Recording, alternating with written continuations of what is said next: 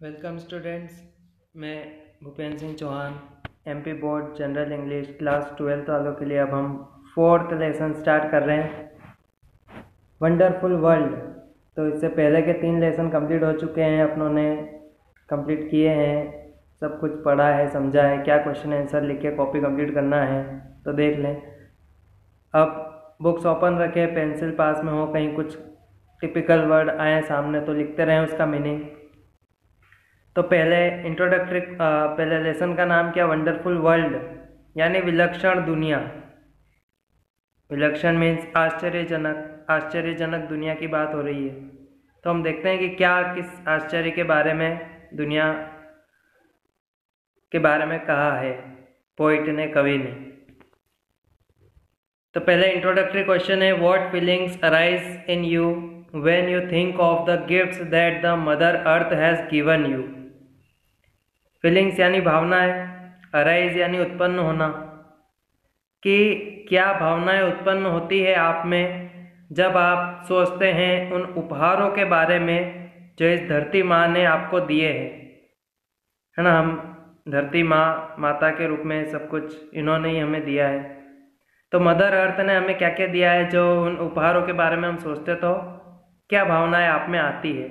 उपहार कैसे, जैसे हवा है, पानी है, ज़मीन है, पेड़ पौधे हैं, सभी कुछ। तो इसमें चित्र बना हुआ है कि वही प्रकृति का है, इंसान दिख रहे हैं, जानवर दिख रहे हैं, घर दिख रहे हैं, पेड़ दिख रहे हैं, नदी दिख रही है, पहाड़ दिख रहे हैं, फसल दिख रही है, खिले हुए फूल दिख रहे हैं। तो ये जो सब कुछ नेचर ने दिया है हमें, और हम सिर्फ इसका यूज़ कर सकते हैं, इसके कोई अधिकारी तो है नहीं। तो इस वंडरफुल वर्ल्ड के बारे में अब हम देखते हैं कि क्या है। इसमें भी आपको बता दें, दिख रहा होगा आपको भी अपनी बुक्स में कि 4 स्टेंजा हैं, और अब हम फर्स्ट स्टेंजा से स्टार्ट करते हैं। Great wide beautiful wonderful world. Great means महान, वाइड यानी विशाल, ब्यूटीफुल यानी सुंदर, कि है महान, विशाल, सुंदर, आश्चर्यजनक दुनिया। With the wonderful water round you curled. Curled means घिरा हुआ, है ना, घिरा हुआ। राउंड मतलब चारों तरफ से, कि है महान, विशाल, सुंदर, आश्चर्यजनक दुनिया, जो कि इस आश्चर्यजनक पानी से, इस अद्भुत पानी से चारों तरफ से घिरी हुई है ना। हम देखते हैं पृथ्वी को ऊपर से तो कैसी ज़्यादातर पानी से घिरी हुई दिखती है सब तरफ से। And the wonderful grass upon your breast world you are beautifully dressed. कि और ये जो आश्चर्यजनक घास है, ग्रास है ना, ग्रास मतलब जो पूरी हरियाली है। तो कवि कह रहा है कि ये जो पूरी हरियाली है तुम्हारे सीने पे, ब्रेस्ट यानी सीने पे, है ना, उसका जो ऊपरी सतह है उसको ब्रेस्ट कह के संबोधित किया है पोइट ने। और कहा है कि दुनिया, तुमने बहुत सुंदर तरीके से कपड़े पहने हुए हैं। ड्रेस यानी पहने हुए, है ना, ड्रेस यानी कपड़े, हम ड्रेस को कहते हैं, और ड्रेस्ड होना मतलब पहने हुए होना। तो क्या है उसके कपड़े, यही जो हम ऊपर से देखते हैं, उसका पानी, उसका ये हरियाली, यही उसका उसके कपड़े हैं। तो इस तरह से वो पृथ्वी के बारे में, दुनिया के बारे में कह रहा है कि है, एक बार और हम रिपीट कर लेते हैं, समझ लेते हैं कि है महान, विशाल, सुंदर, आश्चर्यजनक दुनिया, जो कि इस आश्चर्यजनक जल से चारों ओर से घिरी हुई है। और ये जो अद्भुत सी घास है, जो आश्चर्यजनक घास है, ये भी तुम्हारे सीने के ऊपर है, और तुमने बहुत सुंदर तरीके से कपड़े पहने हुए हैं, है ना। इसमें एक क्वेश्चन आंसर में वर्ड आएगा पहले क्वेश्चन में, अटायर। अटायर यानी पोशाक रहेगा कि उसकी पोशाक क्या है, तो यही समुद्रों का जल और पेड़ों की हरियाली, यही जवाब होगा। अगला जो स्टेंजा है कि the wonderful air is over me and the wonderful wind is shaking the tree, कि जो आश्चर्यजनक हवा है मेरे ऊपर, मेरे मतलब पृथ्वी कह रही है कि अपने ऊपर, उसके ऊपर जो है, यहाँ पे मी कौन है, वर्ल्ड है, कि जो अद्भुत हवा है मेरे ऊपर, and the wonderful wind is shaking the tree, wind मतलब भी हवा, कि जो अद्भुत हवा है ये पेड़ों को शेक कर रही है, लहरा रही है। It walks on the water and whirls the mills and talks to itself on the tops of the hills. तो it walks on the water, कि ये जो हवा है, हवा के बारे में कहा है इस स्टेंजा में कि ये क्या क्या करती है। तो यह पानी के ऊपर चलती है, हवा पानी के ऊपर चलती है, हमें हर वक्त पानी बहता हुआ दिखता है, वो हवा उसके ऊपर चल रही होती है। एंड विल्स द मिल्स, और क्या करती है हवा कि यह जो मिल्स होते हैं, मिल्स यानी पवन चक्की, उसको विल्स करती है, चलाती है, घुमाती है, विल्स करना यानी घुमाना।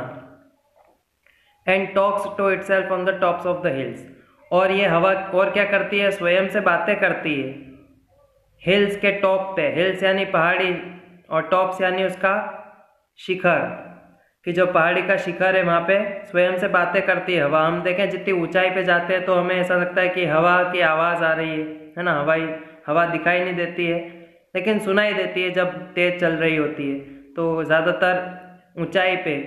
तो यही कहा है हवा के बारे में, एक बार वापस रिपीट कर लेते हैं कि ये जो अद्भुत हवा है मेरे ऊपर, और ये अद्भुत हवा पेड़ों को लहरा रही है, पानी के ऊपर चल रही है, पवन चक्कियों को घुमा रही है, और स्वयं से पहाड़ी के शिखर के ऊपर स्वयं से बातें कर रही है।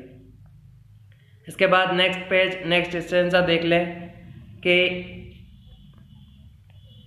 You friendly earth how far do you go with the wheat fields that nod and the rivers that flow. कहा है कि ए मेरे मित्र जैसी पृथ्वी, है ना, ये वर्ल्ड अपने लिए तो पृथ्वी ही अपनी दुनिया है ना, या चाहे वर्ल्ड कहें, अर्थ कहें, तो उसका पूरा मतलब अपनी पृथ्वी से ही है। तो कि है मेरे मित्र जैसे पृथ्वी, तुम कितनी दूर तक जाओगे। देखो पृथ्वी हर वक्त चलती रहती है, तो वो किस तरह से उसके दूर तक जाने की बात कह रहा है, आगे समझते हैं। With the wheat fields that nod, कि ये जो विट फील्ड्स है, फील्ड्स मतलब जो खेत होते हैं उनको कहा जा रहा है, और विट यानी गेहूँ, नॉड यानी झूमना, लहराना, कि इन झूमते हुए लहराते हुए गेहूं के खेतों के साथ, वैसे गेहूं मतलब हर फसल के लिए वो संबोधित कर रहे हैं वीट को, कि इन लहराते हुए गेहूं के खेतों के साथ, and the rivers that flow, और इस बहती हुई नदी के साथ, विथ सिटीज़ एंड गार्डन्स, इन शहरों और बगीचों के साथ, and cliffs and isles, cliffs मतलब जो सीधी चट्टानें होती है, सीधी खड़ी चट्टानें होती है, उसको क्लिफ्स कहते हैं। आइल्स मतलब आइलैंड, द्वीप, कि इन सीधी खड़ी चट्टानों और द्वीप के साथ, and people upon you for thousands of miles, कि और ये जो लोग तुम्हारे ऊपर हैं जो हजारों मील की दूरी तय करते हैं, इनके साथ आखिर तुम कितनी दूर तक जाओगे। पृथ्वी तो हमेशा चलती रहती है और ये सब इसमें होता रहता है, तो कितनी दूर तक जाओगे, ऐसा कह रहा है। एक बार हम फिर रिपीट कर लेते हैं कि ये मेरे मित्र जैसी पृथ्वी, तुम कितनी दूर तक जाओगे इन झूमते हुए गेहूं के खेतों के साथ, बहती हुई नदी के साथ, शहरों बगीचों के साथ, खड़ी चट्टानों और द्वीपों के साथ, और इन लोगों के साथ जो तुम्हारे ऊपर हजारों मील की दूरी तय करते हैं। फिर नेक्स्ट स्टेंजा समझ में आ रहा होगा, कहीं कुछ डाउट है तो वापस बैक कर लें, वापस डबल देख लें, रिपीट कर लें video. O you are so great and I am so small, I tremble to think of you world at all. अब देखें इसमें जो ग्रेट शब्द आया है वो पहले स्टेंजा में तो ग्रेट महान के लिए यूज किया गया था, लेकिन अब स्मॉल ग्रेट यानी बड़े छोटे की बात हो रही है, कि और तुम कितने बड़े हो और मैं कितना छोटा हूँ, है ना। जो कवि है वो कह रहा है, खुद को बहुत छोटा समझ रहा है भी, है ना, साइज के हिसाब से तो कोई तुलना ही नहीं हो सकती। I tremble to think of you world at all, tremble मतलब कांपना, कांपना, कि मैं तुम्हारे बारे में सोच के ही कांपने लगता हूँ पूरी तरह से, है ना, क्योंकि बिल्कुल तुलना हो ही नहीं सकती है, तो सोचना भी कांपने जैसा है। And yet when I said my prayers today a whisper inside me seemed to say। और वो कहता है कि और जब भी मैं प्रार्थना करता हूँ तो मुझे मेरे अंदर की जो धीमी आवाज़ है वो कुछ कहती हुई प्रतीत होती है ना। ये विस्पर शब्द अपनों ने पहचाना हुआ है, फर्स्ट और सेकंड लेसन में दोनों ही बार आया है। विस्पर यानी धीमी आवाज़ कि क्या कहते हुए प्रतीत होती है। तो देखें डबल इन्वर्टेड में लिखा हुआ है कि you are more than the earth though you are such a dot you can love and think and the earth can not. कहा है कि तुम यू, इंसान स्वयं के लिए कह रहा है, यू शब्द का प्रयोग कर रहा है कि तुम इस पृथ्वी से भी अधिक हो, लेकिन हालांकि एक बिंदु के समान हो। दो यानी हालांकि, और डॉट डॉट यानी बिंदु, कि तुम एक बिंदु के समान हो। क्योंकि तुम प्रेम कर सकते हो, सोच सकते हो, लेकिन ये पृथ्वी नहीं कर सकती है ना। पृथ्वी कितनी बड़ी हो, दुनिया कितनी बड़ी हो, लेकिन प्रेम नहीं कर सकती है, उसमें वो बुद्धि नहीं है, वो सोच नहीं है। तो कैसे वो एक बिंदु के समान है इंसान, चाहे वो कितना ही कोशिश करे, मेहनत करे, कुछ भी करे, रहना तो उसको इस पृथ्वी के अंदर ही है, तो एक बिंदु के समान है, वो इससे बाहर जा ही नहीं सकता है। तो इस तरह से कुछ समझा चाह रहा है कवि। और बस यहाँ पे तो ये कंप्लीट हो गई है। इसमें हम अबाउट द पोएम भी देख लेते हैं, कुछ बहुत बड़ा नहीं है, इसलिए आसानी से हम समझ लेते हैं। अबाउट द पोएम में ऐसे शब्द मिलेंगे अपनों को जो क्वेश्चन आंसर्स में यूज करने होंगे। तो the beautiful poem describing the world and a man's position in it is a pleasure to read. कि ये जो सुंदर कविता है ये डिस्क्राइब कर रही है यानी वर्णन कर रही है इस दुनिया का और इंसान की पोजीशन का, स्थिति का, और इसको पढ़ना बहुत ही आनंददायक है। प्लेजर यानी आनंददायक है, प्रसन्नतादायक है। The world is ended beautiful, कि जो दुनिया है वो वास्तव में बहुत सुंदर है। इंडेड यानी वास्तव में। Covered with oceans and greenery, जो कि किससे ढकी हुई है पूरी पृथ्वी, समुद्रों से और ग्रीनरी से। ग्रीनरी यानी हरियाली, तो महासागर और हरियाली से ढकी हुई है। द एयर इज एवरीवेयर, कि हवा सभी जगह है। कहाँ कहाँ पे, ऑन लैंड यानी पृथ्वी पे, ऑन द सी समुद्रों के ऊपर, and on the top of the hills, चाहे वो पहाड़ी के शिखर हैं तो उस पर भी हवा तो है ही। The earth nurtures the human civilisation, कि जो पृथ्वी है वो नर्चर करती है। नर्चर करती है मतलब पालन पोषण करती है। किसका? ह्यूमन सिविलाइजेशन का, मानव सभ्यता का। Which has made it's mark on the natural landscapes, जिसने एक छाप छोड़ी है इस प्राकृतिक भूदृश्य के ऊपर। यानी कि इंसान इस प्रकृति का एक अभिन्न हिस्सा है और ये एक मुख्य छाप छोड़ी हुई है इस प्राकृतिक भूदृश्य के ऊपर। लैंडस्केप यानी भूदृश्य, जो प्राकृतिक दृश्य दिखता है वो लैंडस्केप कहलाता है। The poet finds himself very small when he compares himself to the great earth, कि जो कवि है वह स्वयं को बहुत ही छोटा समझता है जब वो तुलना करता है उस बहुत ही बड़े पृथ्वी से, है ना, साइज के रूप में। But then he knows that he is the finest creature on earth, the only one who can love and who can think. लेकिन फिर उसको पता चल जाता है, वो जान लेता है कि वो पृथ्वी का सबसे सर्वोत्तम प्राणी है, क्योंकि वो प्रेम कर सकता है और सोच सकता है। बाकी कोई जीव ऐसा नहीं कर सकता है। तो बस यही एक कुछ बेसिक सा जानकारी दी थी वंडरफुल वर्ल्ड के बारे में। इसके पोइट कौन है तो देख सकते हैं, हम नाम लिखा है विलियम ब्राइटी रेंड्स। तो हम आगे ये पोइट के नेम भी ऐसे पूछे जाते हैं एक्सट्रैक्ट वगैरह में, पद्यांश में, तो हम इसको भी एक छोटी सी वीडियो बना लेंगे। पूरे सिलेबस में अपने 18 लेसन में से 6 ही पोयम है, तो कैसे उसके नाम याद रखना है वो देख लेंगे हम। थोड़ा कंफ्यूजिंग नहीं हो कि इस पोइट को किसी दूसरी पोयम का पोइट बना दिया, ऐसा नहीं करना। तो अब इसके कुछ क्वेश्चन आंसर्स हैं, करीब 5 क्वेश्चन आंसर है और अपनों को 5 ही लिखना है अपनी कॉपी में। जिसके पास शिवलाल की गाइड है वो उसमें से देख के लिख ले, जिसके पास नहीं है तो वो अभी ही स्क्रीनशॉट ले ले।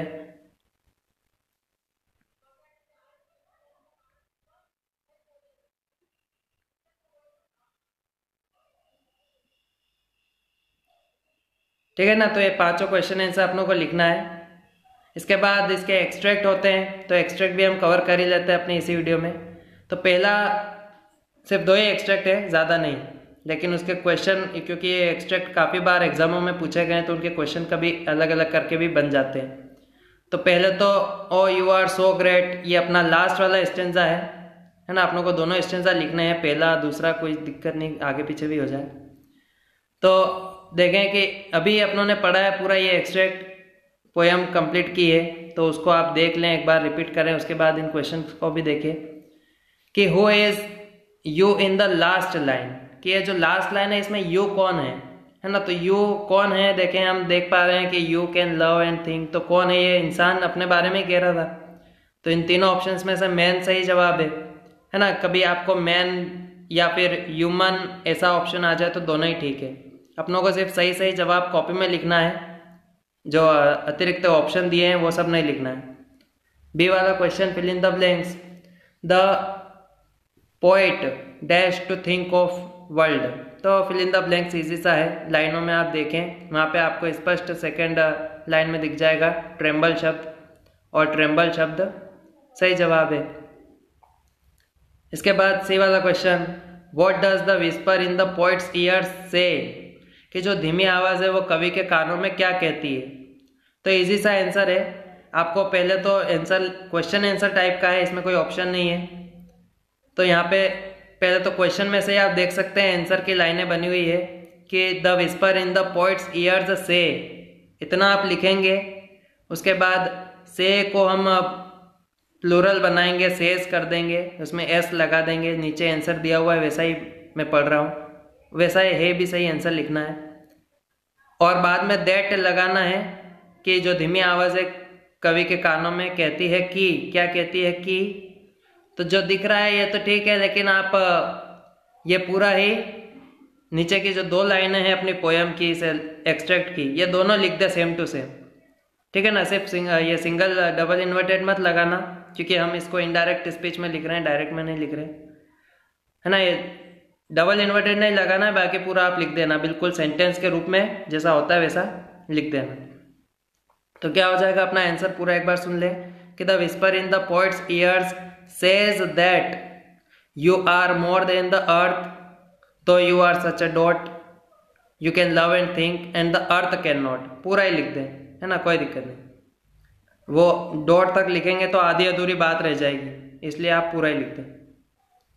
इसके बाद और भी कुछ क्वेश्चंस हैं इसी एक्सट्रैक्ट के जो दिए गए हैं, ये आप स्क्रीनशॉट ले लें, क्योंकि ये आपको शिवलाल के गाइड वगैरह में नहीं मिलेंगे, थोड़ी अलग गाइड में से है ये, ठीक है ना। ये स्क्रीनशॉट ले लेना जो अभी अपनों ने पढ़े हैं ये तीनों क्वेश्चन। इसके बाद फिर ये ABC के बाद D और E क्वेश्चन आप बना लें। इसको कहा है कि find out the word from the lines given above विच, कि आपको फाइंड आउट मतलब ढूंढना है, क्या वर्ड शब्द ढूंढना है, कहाँ से ढूंढना है, लाइन्स में से ढूंढना है, कौन सी लाइन जो अबव ऊपर दी हुई है उसमें से। तो क्या ढूंढना है, विच इज द पहला, which is the opposite of inside, जो कि इनसाइड का विलोम हो। तो अब हम एक्सट्रैक्ट देखते रहे, देख लेना बुक में, तो उसमें आपको इनसाइड शब्द दिख रहा होगा, है ना, सेकंड नीचे से थर्ड लाइन में। तो इनसाइड का अपोजिट क्या होगा, तो जो सही जवाब होगा अपनों को याद रखना होगा, क्योंकि क्वेश्चन में जो वर्ड दिया है वो तो एक्सट्रैक्ट में आ चुका है। तो इनसाइड का अपोजिट क्या हो जाएगा, आउटसाइड, नीचे आंसर दिख भी रहे। और कहा है एक और क्वेश्चन में कि has the same meaning as shake, shake का सेम मीनिंग, समानार्थी पर्यायवाची बताना है। तो शेक यानी ट्रेम्बल, इसका ट्रेम्बल शब्द है, सेकेंड लाइन में आपको दिख जाएगा ट्रेम्बल शब्द।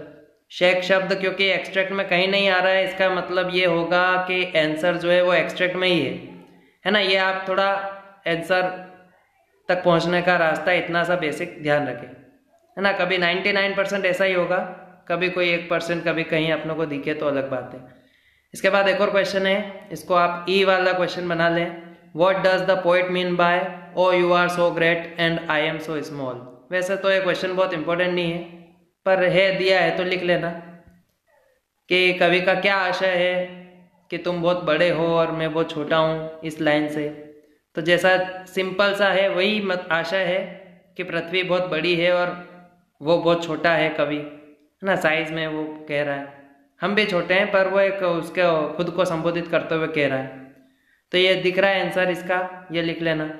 इसके बाद सेकेंड स्टेंजा और अपना लास्ट स्टेंजा है, the wonderful air is over मी, है ना। सेकेंड वाला स्टेंजा है अपनी पोएम का, इंपॉर्टेंट है, बहुत बार आया है एग्जाम में भी। तो पहला क्वेश्चन है, who is the poet. Poet, poet यानी कवि।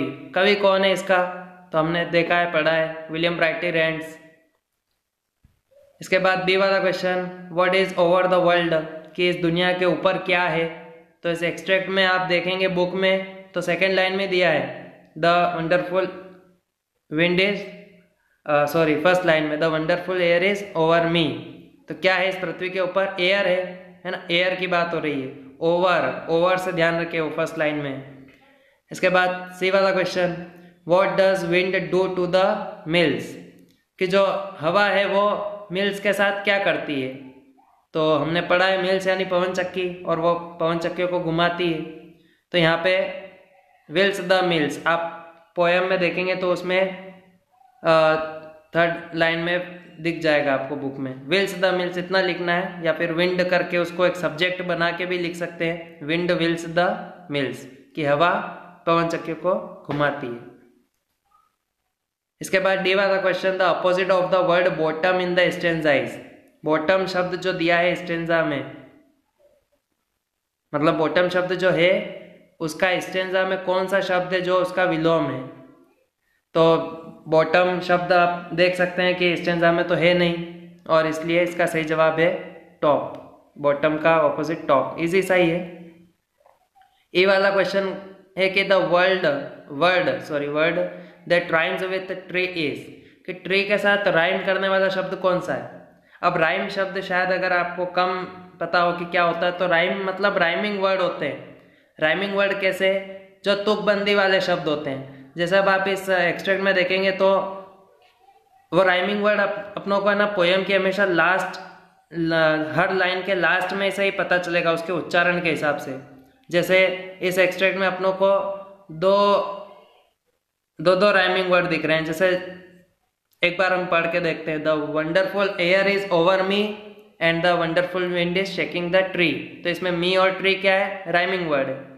इसके बाद ये नीचे के दो लाइनें देखें, whirls the mills and talks to itself on the top of hills. तो मिल्स और हिल्स ये राइमिंग हो रहे हैं, तो ये राइमिंग वर्ड है। तो ऐसे ही राइम वर्ड कभी पूछे तो आप ध्यान रखें, नेक्स्ट टाइम हम इतना डीप में नहीं जाएंगे। तो ट्री का क्या है, मी, प्रोनाउंसिएशन से पता चल रहा है, उच्चारण से। इसके बाद एफ वाला question, what is shaking the tree, कि क्या है जो पेड़ों को लहरा रहा है। तो इजी सा है, wind, the wonderful wind is shaking the tree. पूरा सेकेंड लाइन में से आप लिख सकते हैं। पोएम की सेकेंड लाइन देख लें, बुक में देखते रहे, है ना, ऐसा नहीं हम सिर्फ सुन ही रहे। जी वाले में कहा है, give the name of the poem from which this extract has been taken, कि आपको पोएम का नाम बताना है जिसमें से एक्सट्रैक्ट लिया गया है ना, पोएम का ये अंश लिया गया है। तो कौन सी पोएम है, नाम बताएं। तो वंडरफुल वर्ल्ड। तो यह अपने सारे एक्सट्रैक्ट कंप्लीट हो गए हैं। कुछ भी नहीं समझ में आया हो तो एक बार वापस रिपीट कर लें, और कॉपी कंप्लीट कर ली हो अब तक। कुछ भी ऐसा नहीं हो कि हम पीछे रह गए। और देख लें कि अगर अपनों ने चैनल सब्सक्राइब नहीं किया है तो भी कोई बात नहीं, वो तो आपकी मर्ज़ी है। लेकिन उससे क्या है कि सब्सक्राइब करके बेल आइकन दबाने से नोटिफिकेशन मिल जाता है। और फिर भी कोई दिक्कत नहीं, वैसे जिसको पढ़ाना है वो तो व्हाट्सएप ग्रुप में जुड़े हुए हैं, तो उनको मैं सेंड कर देता हूँ लिंक। लेकिन फिर भी जो चाहते हैं तो देख लें, सब्सक्राइब कर लें, बेल आइकन दबा लें। पूरे साल भर अभी हम लोग को ऐसे ही पढ़ना है। और एक और ख़ास बात यह कि 12th में ये एमपी बोर्ड का जो हम बुक से पढ़ रहे हैं और जो अभी इस साल सिलेबस में है, तो ये आखिरी बार ही है। इसके बाद अगले साल से जो 12th में नए स्टूडेंट आएंगे तो उनके लिए एनसीईआरटी बुक चल जाएगी, क्योंकि 9th और 11th में एनसीईआरटी बुक लागू हो चुकी है हिंदी इंग्लिश की। इसलिए 10th और 12th में अगले साल से जो सेशन आएगा 2021-22 का, तो उसमें अपनों को एनसीईआरटी बुक से पढ़ना होगी। तो ये सारे लेसन्स अपने इसी साल के लिए काम के हैं। ठीक है, तो फिर मिलेंगे नेक्स्ट किसी टॉपिक के साथ।